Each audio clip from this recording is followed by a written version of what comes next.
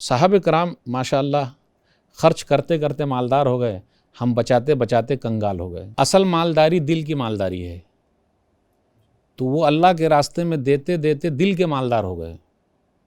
اس لیے نبی صلی اللہ علیہ وسلم نے کیا فرمایا؟ صحیح بخاری کتاب الرقاق حدیث نمبر 644، ابو ہریرہ رضی اللہ تعالیٰ عنہ بیان فرماتے لیس الغنی عن کثرت الارض ولکن الغنی غنی النفس۔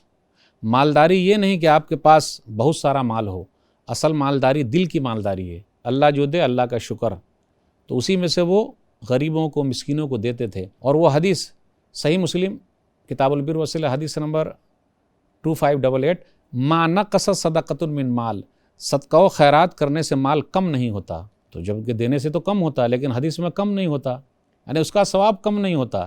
صحابہ کرام کو اللہ پر اتنا بھروسہ و یقین تھا کہ ہم جو اللہ کے راستے میں دے رہے ہیں، دل بھی مالدار ہو رہا ہے اور آخرت میں بھی ثواب جمع ہو رہا ہے اس کے حساب سے۔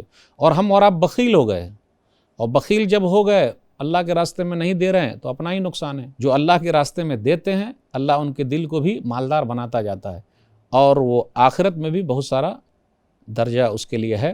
اللہ ہم سب کو خرچ کرنے کی توفیق دے، آمین۔ الحمدللہ اس پرفتن دور میں ہماری نوجوان لڑکیوں کے لیے مرسی ٹی وی نے 2 سالہ عالمہ کورس کا بھی آغاز کیا ہے، لہٰذا دیر کس بات کی، اس مرسی ایجوکیشن سسٹم کے آپ بھی ایک ضرور ممبر بنیے۔